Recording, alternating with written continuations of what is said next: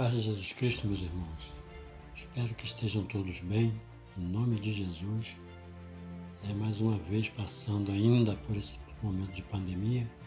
Espero que estejam todos debaixo da graça e proteção do nosso poderoso e amado Deus. Amém.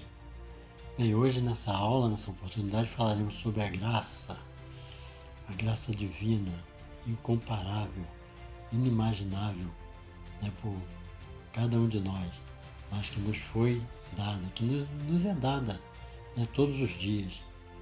É isso? Foi dada através da morte de Jesus Cristo. Esse é um dos motivos do alcance, que é o alcance da graça. Ela alcança a todos nós, a todos aqueles que estão na terra, que estão vivos, que estavam vivos anteriormente, que estão vivos hoje em dia, podem ser alcançados pela graça de Deus. A sua maior manifestação, que nós sabemos, foi a dádiva que Deus nos deu através do nosso Senhor e Salvador Jesus Cristo. Porque sem Ele, sem a graça de Deus para nossas vidas através da morte de cruz de Jesus Cristo, nós não estaríamos nem aqui hoje para contar a história. E esse é o meio pelo qual nós fomos salvos. Bom, então nós temos como objetivo dessa aula compreender qual é a diferença básica entre a lei e a graça. O outro seria conhecer algumas similaridades e distinções entre ambas e também saber como cooperar com a graça. Nós cooperamos com a graça? Sim, nós cooperamos com a graça. A graça precisa da nossa cooperação. Nós vamos ver isso mais adiante. Bem, há uma diferença, a princípio, entre a lei de Moisés e a graça de Jesus. A diferença entre a antiga e nova aliança, como está lá em João 1,17, fala o seguinte, que a lei foi dada por Moisés, já a graça e a verdade vieram por Jesus Cristo.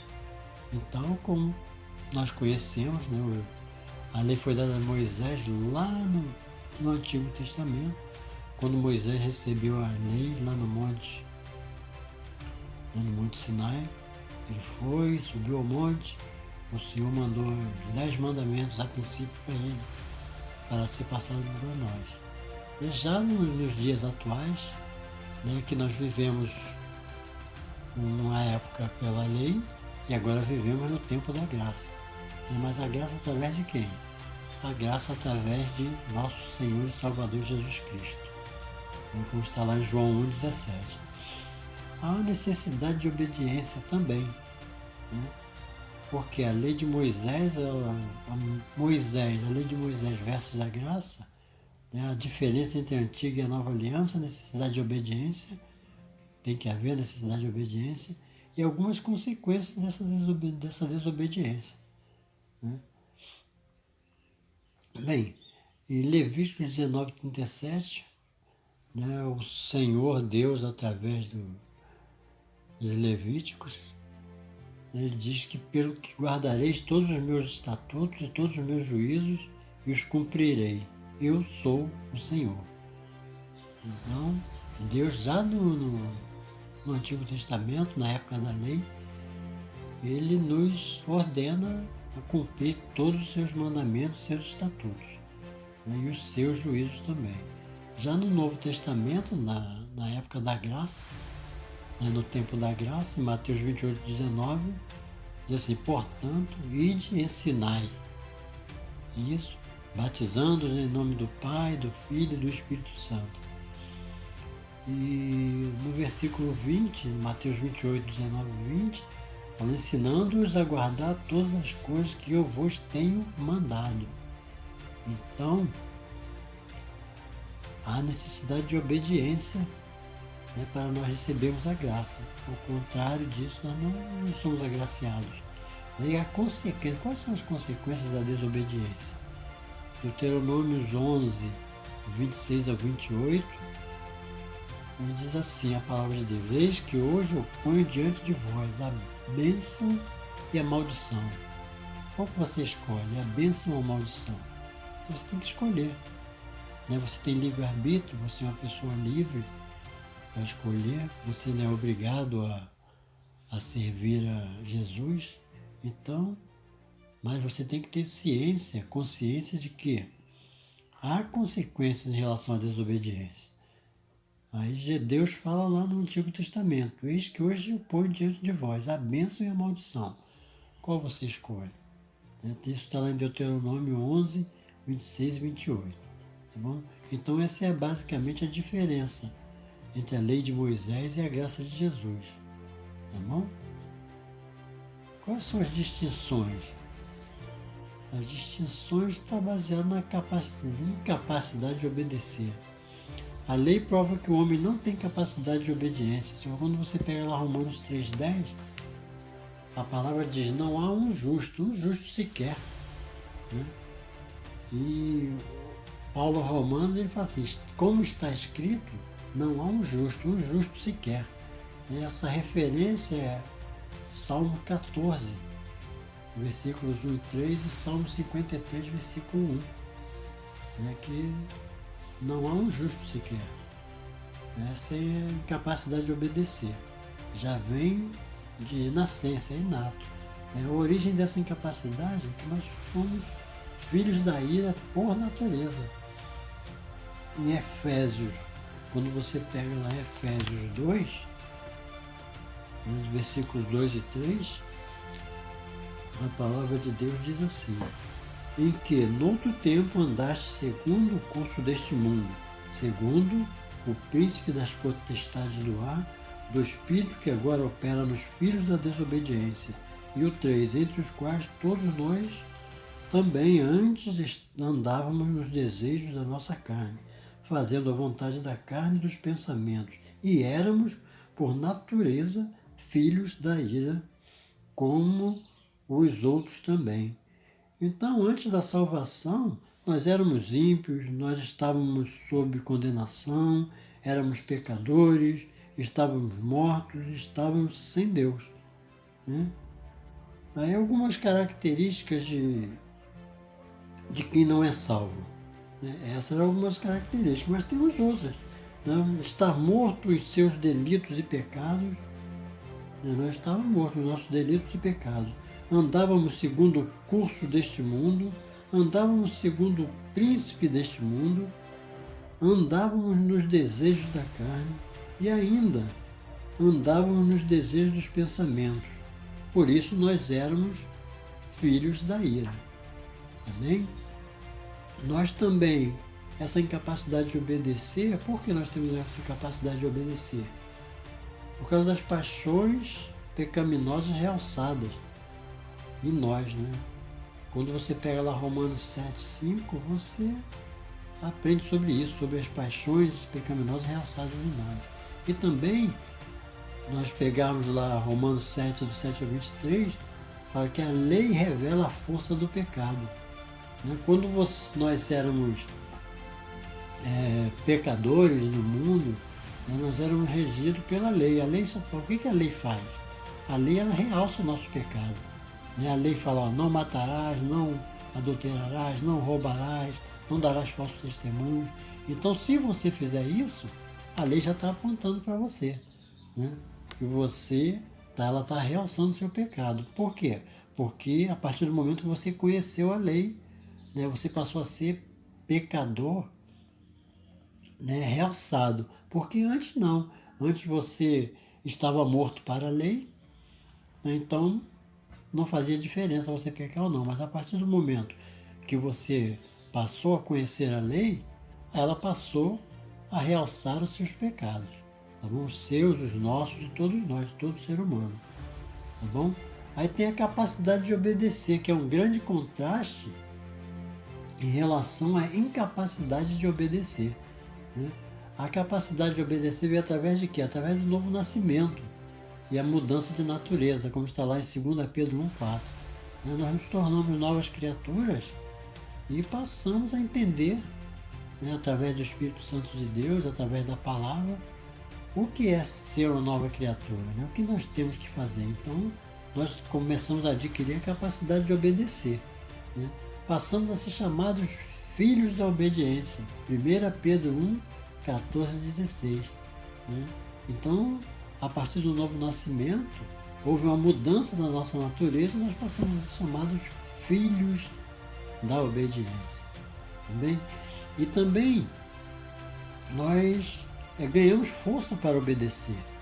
Né? Por quê? Romanos 6,14 diz assim, porque o pecado não terá domínio sobre vós, pois não estáis debaixo da lei, mas debaixo da graça. Né? Nós antes estávamos, como eu falei anteriormente, antes estávamos sob a lei, né? Sob o domínio da lei, porque nós não conhecíamos a Jesus, nós não conhecíamos o Espírito Santo, nós não, nem sabíamos que ele existia, né? Então nós estávamos sob a força da lei. Né? Mas, quando chegou a plenitude dos tempos, né? Veio Jesus, morreu por nós, através da graça eterna de Deus Pai, e nós passamos a viver não mais debaixo da lei, mas debaixo da graça. Então, a capacidade de obedecer tornou-se um grande contraste em relação à incapacidade de obedecer. Através de quê? Do novo nascimento e mudança de natureza, passamos a ser chamados filhos da obediência e ganhamos força para obedecer. Amém? E como eu fiz uma pergunta lá no começo, nós cooperamos com a graça? Você já ouviu falar nisso, que a gente coopera com a graça? Isso é verdade, porque a graça age, mas também ela reage. Né? Por um lado, ela é salvadora e reveladora da parte de Deus. Por outro lado, o homem precisa se arrepender e crer para ser salvo. Né? Se você sabe que é pecador, a graça abunda sobre nós. Ela recai sobre nós todo o tempo. Né? Mas se você começa a cometer pecados, como é que é a graça que na passagem em Romanos diz assim, onde abundou o pecado, superabundou a graça. Então, se você não colaborar, né, não cooperar com a graça, você perde a salvação. Pode vir a perder a salvação por não cooperar com a graça. Porque onde abundou o pecado, superabundou a graça.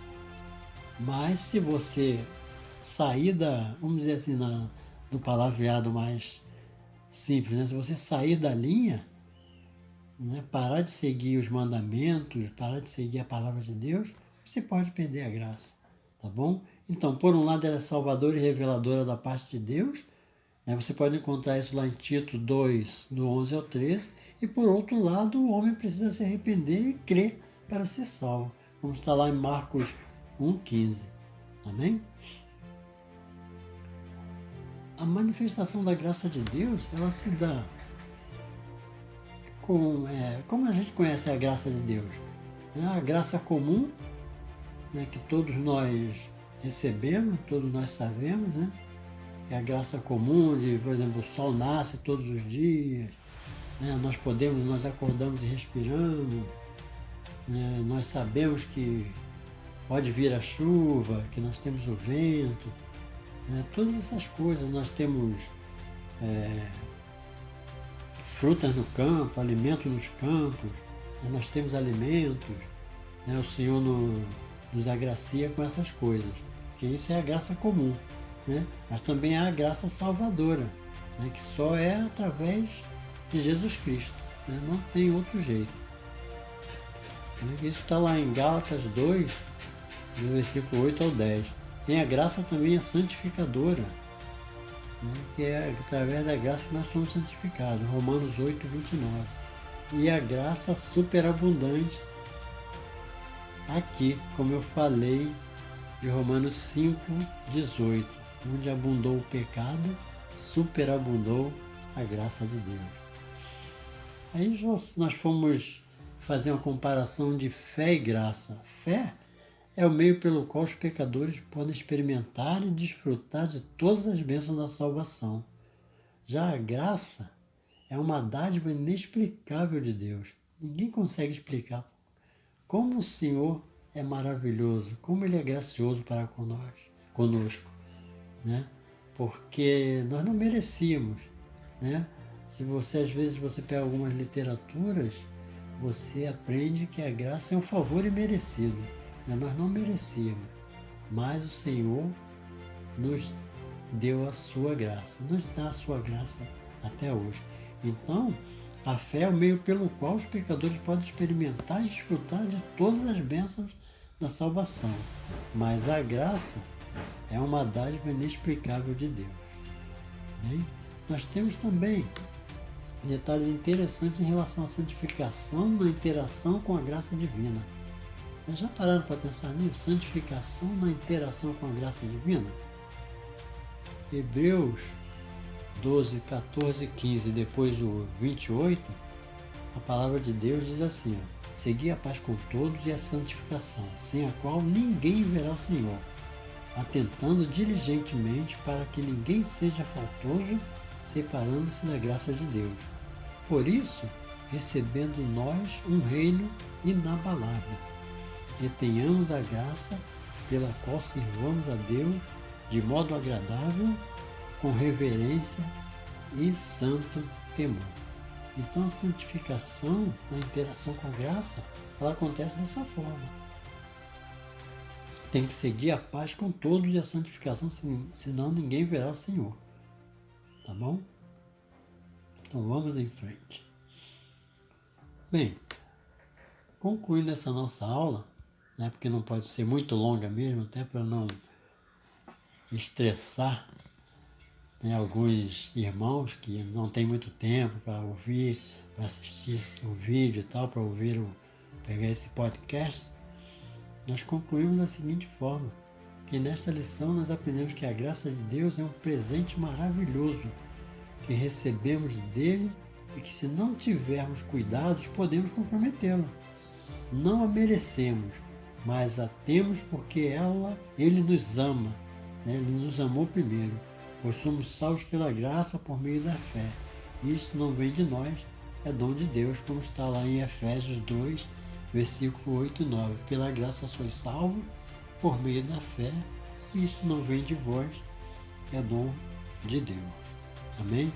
Que a graça de Deus esteja sobre sua vida, sobre a vida da sua família, sobre a sua casa, sobre cada um de vós. Tá bom? Eu agradeço a oportunidade de estar mais uma vez com vocês, de passar essa aula, passar esses ensinamentos mínimos, né, mas que são providenciais para a nossa vida. Amém? Fique com Jesus e até a próxima oportunidade, permitindo o nosso poderoso e amado Deus. Abraço.